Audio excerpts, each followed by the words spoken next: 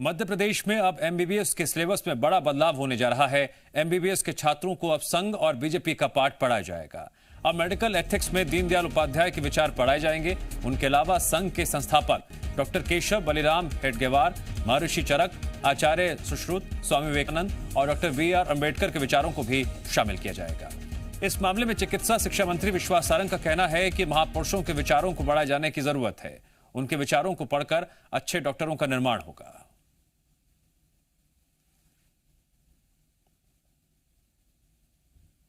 MBBS के छात्र अब आरएसएस के हेडगेवार और दीनदयाल उपाध्याय के विचारों को पढ़ेंगे। सर, कोर्स में शामिल करने की क्या तैयारी है और क्यों जरूरत आन पड़ी? नेशनल मेडिकल काउंसिल का जो फाउंडेशन कोर्स है उसमें एथिक्स सब्जेक्ट पर हमें ऐसा लगता है कि हम उन महापुरुषों के विचार को, उनके जीवन शैली को हमारे युवाओं को पढ़ाएं जिन्होंने इस देश की संस्कृति, इस देश की विरासत, इस देश की आज़ादी को सहेजने का काम किया। वो लोग जिन्होंने आज़ादी की लड़ाई में भी हिस्सा लिया और आज़ादी के बाद आज़ादी को अक्षुण्ण रखने में भी काम किया, चाहे वो डॉक्टर हेडगेवार जी हों जो स्वयं चिकित्सक थे, चाहे पंडित दीनदयाल उपाध्याय जी हों, अंबेडकर जी हों जिन्होंने संविधान का निर्माण कराया, विवेकानंद हो जिन्होंने इस देश की दर्शन को 7 समुंदर पार जाकर लोगों को समझाया, महर्षि अरविंद हों, चरक हों जिन्होंने भारतीय चिकित्सा पद्धति को आगे बढ़ाने का काम किया। तो ऐसे विचार और ऐसे विचारकों को जब हम पढ़ाएंगे तभी तो हमारे जो डॉक्टर्स है उसमें एथिक्स की पढ़ाई हम ठीक ढंग से दे पाएंगे। और अच्छे नागरिकों का निर्माण करना है तो निश्चित रूप से ऐसे महापुरुष जिन्होंने हिंदुस्तान की एकता अखंडता के लिए, हमारे विचार, हमारी संस्कृति के लिए काम किया, उन्हें हमें पढ़ाना चाहिए। सर, कब से जोड़ने की तैयारी है कोर्स में? हम इसी सत्र से जोड़ेंगे। क्या स्कूलों में भी इनके विचारों को पढ़ाया जाने की जरूरत है? मैंने निर्णय लिया क्योंकि मेरे पास वो विभाग है और हम जो हमारे एमबीबीएस के फर्स्ट ईयर के स्टूडेंट हैं उन पर ये कांग्रेस पार्टी कह रही है कि तो आरएसएस की विचारधारा का प्रचार प्रसार कर रहे हैं। डॉक्टरों की पढ़ाई में जरूरत नहीं है। इस देश की संस्कृति, इस देश का विचार को यदि पढ़ाना हमारी विचारधारा है तो मानिए कि हमारी विचारधारा ही है जो देश को मजबूत करती है। यदि वो ये इल्जाम लगाते तो उनकी मानसिक स्थिति का परीक्षण आप कराइए। एमबीबीएस छात्रों को बीजेपी और संघ का पाठ पढ़ाने पर कमलनाथ ने निशाना साधा। कमलनाथ ने ट्वीट में लिखा, बीजेपी शुरू से ही अपनी विचारधारा और अपने खास एजेंडे को लोगों पर थोपने का काम करती रहती है। अब मध्य प्रदेश में एमबीबीएस के छात्रों को जनसंघ व आरएसएस के संस्थापकों के विचार पढ़ाए जाएंगे। इससे पहले बीजेपी ने आजादी के अमृत महोत्सव की सामग्री में भी इसी प्रकार अपनी विचारधारा के लोगों को शामिल करने का काम किया था। कमलनाथ ने आगे लिखा, पूरा देश जानता है बीजेपी के लोगों का आजादी के संघर्ष से लेकर देश के स्वर्णिम इतिहास में कोई योगदान नहीं है, लेकिन बीजेपी जानबूझकर इतिहास को तोड़ने मरोड़ने का, अपने लोगों को महिमामंडित करने का और अपनी विचारधारा को थोपने का काम करती रहती है और ये भी उसी एजेंडे का हिस्सा है। मध्य प्रदेश में एमबीबीएस के पाठ्यक्रम में आरएसएस संस्थापक हेडगेवार और पंडित दीनदयाल की जीवनी शामिल करने पर सियासत तेज हो गई है। कांग्रेस विधायक आरिफ मसूद ने कहा, आरएसएस ने पहले से ही शिशु मंदिर के जरिए देश में अराजकता फैलाई और गांधी जी, नेहरू जी के बारे में गलत जानकारी दी। शिक्षक दिवस पर ऐसा फैसला शर्मनाक है। वहीं वीडी शर्मा ने कांग्रेस पर पलटवार करते हुए कहा, अब असली गांधी, क्रांतिकारी और राष्ट्र प्रेमियों को पाठ में पढ़ाया जाएगा, नकली गांधियों को नहीं पढ़ाया जा सकता।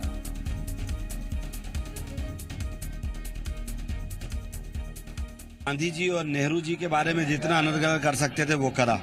और आज के दिन ऐसे दिन जिस दिन स्वर्गीय राधा कृष्ण जी का हम लोग शिक्षक दिवस पूरा देश मनाता हो, उस दिन उनकी दी हुई शिक्षा में भी आज एक प्रयास करा उसको नाकाम करने के लिए। उनके चरित्र के ऊपर इस तरह का आरएसएस के लोग अगर उस दिन एमबीबीएस को डालेंगे तो उसकी जितनी निंदा की जाए, देश को निंदा करना चाहिए। और ये एक अफसोसनाक बात है कि ऐसे लोगों को भी आरएसएस और बीजेपी नहीं छोड़ रही। कांग्रेस इन बातों का जवाब दे, क्या वो बाबा साहब अम्बेडकर का विरोध कर रही है? वैसे कांग्रेस का इतिहास रहा है कि बाबा साहब अम्बेडकर को नेहरू जी ने चुनाव हराने से लेकर के सब कुछ किया है, तो क्या उसी विचार पर आज भी कांग्रेस है? तो इसलिए मेरा ऐसा मानना है कि इस प्रकार के महान क्रांतिकारी, महान व्यक्तित्व, देश के जो आइडियल है उनको, चाहे डॉक्टर की शिक्षा हो, चाहे इंजीनियर की शिक्षा हो, चाहे जनरल एजुकेशन हो, सब में इस प्रकार के व्यक्तित्व की जानकारी अगर मिलती है तो इसमें कोई गलत नहीं है, होना चाहिए। मध्य प्रदेश में बड़ा प्रशासनिक फेरबदल किया गया है। प्रदेश के 27 आईएएस अधिकारियों और 35 आईपीएस अधिकारियों के ट्रांसफर किए गए हैं। कई जिलों के कलेक्टर बदले गए हैं। होशंगाबाद कलेक्टर धनंजय भदौरिया को अपर सचिव ग्रामीण विकास और अशोकनगर कलेक्टर अभय कुमार वर्मा को लोक शिक्षण विभाग के आयुक्त बनाया गया है। उनके अलावा लोक सेवा आयोग की सचिव वंदना वैद्य को शहडोल कलेक्टर पद की और रायसेन कलेक्टर उमाशंकर भार्गव को विदिशा कलेक्टर बनाया गया है। इन सबके अलावा आईपीएस रवि कुमार गुप्ता को खेल संचालक, डीसी सागर को एडीजी शहडोल, उमेश जोगा को आईजी जबलपुर जोन, दीपिका सूरी को आईजी होशंगाबाद जोन बनाया गया है। मध्य प्रदेश की शिवराज सरकार ने कल बड़ी प्रशासनिक सर्जरी की। इस मामले में कांग्रेस हमलावर हो गई है। कांग्रेस के पूर्व सांसद प्रताप भानु शर्मा ने सरकार पर तबादला उद्योग शुरू करने के आरोप लगाते हुए कहा, प्रशासन को जब चुस्ती की जरूरत है तो डिस्टर्ब किया जा रहा है। कांग्रेस ने आरोप लगाया, उपचुनावों में फायदा लेने के लिए सरकार ने अपने यस मैन बिठाए हैं। कांग्रेस इस मामले में चुनाव आयोग से भी शिकायत करेगी। सरकार ने कल 27 आईएएस और 35 आईपीएस अधिकारियों के तबादले किए थे।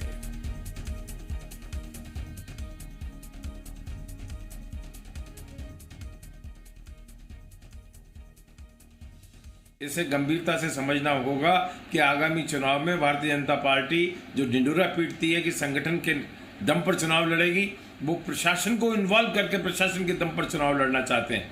तो मध्य प्रदेश कांग्रेस कमेटी और मध्य प्रदेश के पूर्व मुख्यमंत्री, वर्तमान में हमारे प्रदेश कांग्रेस अध्यक्ष कमलनाथ जी ने छोड़ने वाले नहीं है। वो मुस्तैदी से पैनी निगाह रखे हुए हैं। इन पर कड़ी कार्रवाई की जाएगी यदि इनका राजनीतिक उपयोग करने का प्रयास किया। कांग्रेस के आरोपों पर पलटवार करते हुए बीजेपी ने कहा, कांग्रेस हमेशा अधिकारियों का अपमान करती है। बीजेपी नेता हितेश वाजपेयी ने कहा, कमलनाथ सरकार में 15 महीने तबादला उद्योग चला था, लेकिन बीजेपी सरकार में प्रशासनिक दृष्टि से तबादले किए गए हैं। वाजपेयी ने कहा, अभी उपचुनाव का अता पता नहीं, कांग्रेस पार्टी सिर्फ बेवजह आरोप लगा रही है। विधायक बोलते 500 रुपए में बिक जाओगे, तहसीलदार को एक को बोल रहा था, आपने चलाया। और आपने देखा, बोले बिल्ला लगा के घूमते हो। तो ये लोग अधिकारियों को अपमानित हमेशा करते हैं कि पदाधिकारियों को थोड़ा ना कलेक्टर बना देंगे। हमारे यहाँ ऐसा नहीं होता साहब। तो प्रशासनिक आवश्यकताओं को ध्यान में रखते हुए सारे स्थानांतरण किए जाते हैं। जहां पर लोगों का समय पूरा हो गया उस हिसाब से किए जाते हैं, मुख्यमंत्री जी की आवश्यकताओं के अनुसार किए जाते हैं। क्योंकि साहब कमलनाथ को तो मुंह चलाना है, शिवराज जी को सरकार चलाना है। मध्य प्रदेश पुलिस विभाग में बड़ा फेरबदल किया गया है। प्रदेश के 35 आईपीएस अधिकारियों के तबादले किए गए। इनमें 14 अधिकारी स्पेशल डीजी, एडीजी और आईजी स्तर के हैं, जबकि 21 अधिकारी एसपी रैंक के हैं। खेल संचालक पवन जैन को डीजी होमगार्ड बनाया गया है। उनकी जगह आईपीएस अधिकारी रवि कुमार गुप्ता को खेल संचालक बनाया गया। डीसी सागर को एडीजी शहडोल, केपी वेंकटेश्वर राव को एडीजी रीवा जोन और आशुतोष राय को बालाघाट जोन का एडीजी बनाया गया है।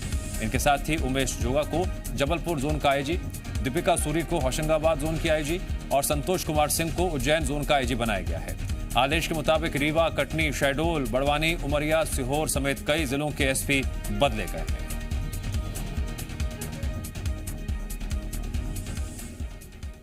मध्य प्रदेश में सरकार ने बड़ा प्रशासनिक फेरबदल किया। कई जिलों के कलेक्टर समेत 27 आईएएस अफसरों के तबादले किए गए। होशंगाबाद कलेक्टर धनंजय भदौरिया को अपर सचिव ग्रामीण विकास बनाया गया है।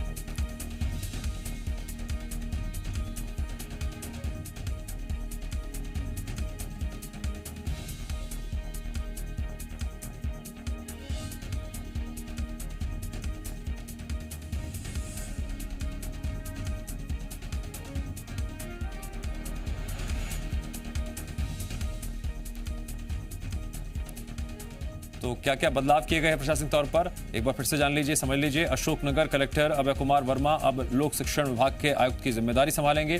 सागर कलेक्टर दीपक सिंह को उच्च शिक्षा विभाग के अपर आयुक्त पद की जिम्मेदारी सौंपी गई है। वहीं अलीराजपुर कलेक्टर सुरभि गुप्ता हस्तशिल्प हथकरघा विभाग की आयुक्त बनाई गई हैं। धार कलेक्टर आलोक कुमार सिंह संचालक पंचायती राज बनाए गए हैं। नरसिंहपुर कलेक्टर वेद प्रकाश मंत्रालय में उप सचिव की जिम्मेदारी संभालेंगे। लोक सेवा आयोग की सचिव वंदना वैद्य को कलेक्टर बनाकर शहडोल भेज दिया गया है। वहीं उमाशंकर भार्गव को रायसेन कलेक्टर से विदिशा कलेक्टर बनाया गया है।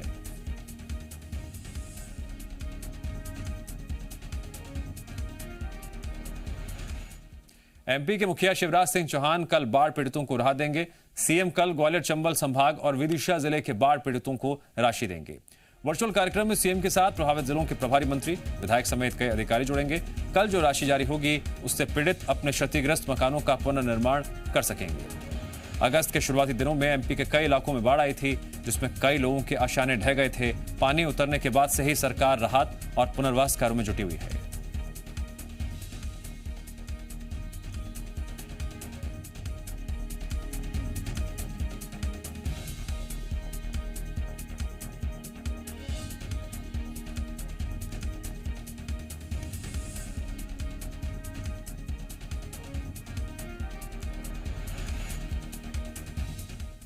भोपाल के दानिशनगर में खराब सड़क को लेकर महिलाओं ने हल्ला बोला।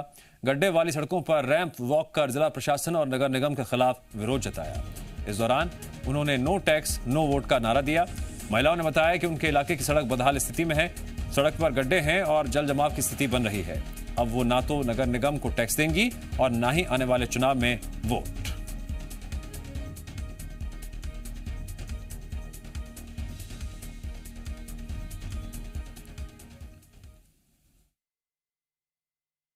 लोगों की क्या मांग है?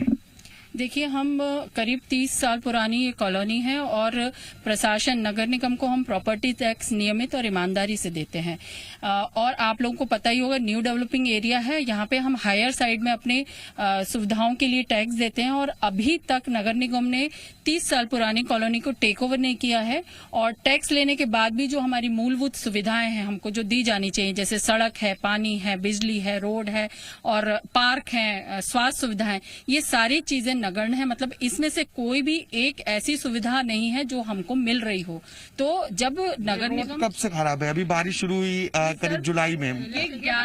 ये पहले से ही खराब है। 11 साल बाद बड़े स्ट्रगल करके हमने जनप्रतिनिधि से रिक्वेस्ट करके और बहुत महिलाओं ने तब भी प्रोटेस्ट किया था, तब लेके देके पिछले साल ये बनी। और आज इस स्थिति में 1 साल के अंदर ही आप देखिए कि हमारी रोडों के कितने खस्ता हाल हैं। तो प्रशासन को बहुत ही हम स्ट्रिक्टली और चेतावनी दे रहे हैं महिलाएं इस एरिया की कि जब हमसे टैक्स लेते हो तो सुविधाएं किसको देते हो आप, और अगर हमें सुविधाएं नहीं दे रहे हो तो हमारा आज तक का लिया हुआ टैक्स हमें ब्याज सहित वापस करें। और अब तो इस एरिया से, क्योंकि हमारी न जनप्रतिनिधि सुन रहे हैं न प्रशासन सुन रहा है, तो न इस एरिया से हम वोट देंगे और न ही हम टैक्स देंगे। आप लोगों ने रैंप वॉक भी किया था, और अभी क्या अपील है? लोगों से क्या अपील करें कि टैक्स ना दें जो टैक्स अभी नगर निगम को दिया जा रहा है? जी हाँ, बिल्कुल। क्या चाहते हैं आप लोग? रोड लंबे समय से खराब चल रही है, प्रशासनिक अधिकारियों से बातचीत नहीं हुई? जी हाँ, बिल्कुल, बात अभी नहीं हुई है। तो इस तरह के हालात हैं, सड़क की स्थिति आप खुद देख सकते हैं। और ये सिर्फ दानिश नगर की बात नहीं है, होशंगाबाद रोड, कोलार रोड, तमाम तरह की सड़क भोपाल में है जो खस्ता हाल में है। सीपीए राजधानी परियोजना प्रशासन को सीएम ने खुद इस बात से नाराज होकर बंद कर दिया था कि राजधानी में सड़कों की स्थिति ठीक नहीं है। अब ये महिलाएं ये बात कह रही हैं कि आने वाले समय में ना तो हम वोट करेंगे और ना ही टैक्स देंगे। वीडियो जर्नलिस्ट अतुल जैन के साथ आकाश द्विवेदी, जी मीडिया, भोपाल। आदिवासी संगठन जयस ने नीमच में आदिवासी युवक कन्हैया लाल के साथ हुई बर्बरता और उसकी हत्या के विरोध में जमकर प्रदर्शन किया। जयस संगठन को प्रदर्शन की इजाजत नहीं मिली थी, बावजूद उसके बड़ी संख्या में संगठन के कार्यकर्ता नीमच की नई कृषि उपज मंडी में जमा हुए और जमकर नारेबाजी की। जयस संगठन ने सरकार से मृतक कन्हैया लाल के परिवार को 2 करोड़ रुपए की आर्थिक मदद, परिवार के सदस्य को सरकारी नौकरी और मृतक के बेटे को उच्च शिक्षा तक मुफ्त में पढ़ाई करवाए जाने की व्यवस्था की मांग की। हम इसका पुरजोर तरीके से विरोध करते हैं। आज हमारे कन्हैया भील को घसीट करके मारा, लेकिन इनको पता नहीं है कि देश का मूल मालिक का जिस दिन जज्बा जागता है तो हम अच्छी तरह से जानते हैं कि 92% जो लोग इमिग्रेट हैं, विदेशी आक्रमणकारियों की संतानें हैं, उनको भी हम घसीट करके मारना जानते हैं, लेकिन हम ऐसा करेंगे नहीं। 4 लाख रुपए जो आपने आवंटित किए हैं एक मानव की मृत्यु पे, कौन सा खेल चल रहा है ये? 4 लाख रुपए एक आदमी की कीमत है क्या? इसीलिए हमें आक्रोश पैदा हुआ और हम लोग ये जो किसी समुदाय के साथ में, किसी जाति के साथ में, किसी मानव के साथ में, मैं तो कहता हूँ किसी प्राणी के साथ में इस प्रकार का कुकृत्य नहीं होना चाहिए। इसी आक्रोश को लेकर हम लोग मध्य प्रदेश की इस धरती पे आए हैं।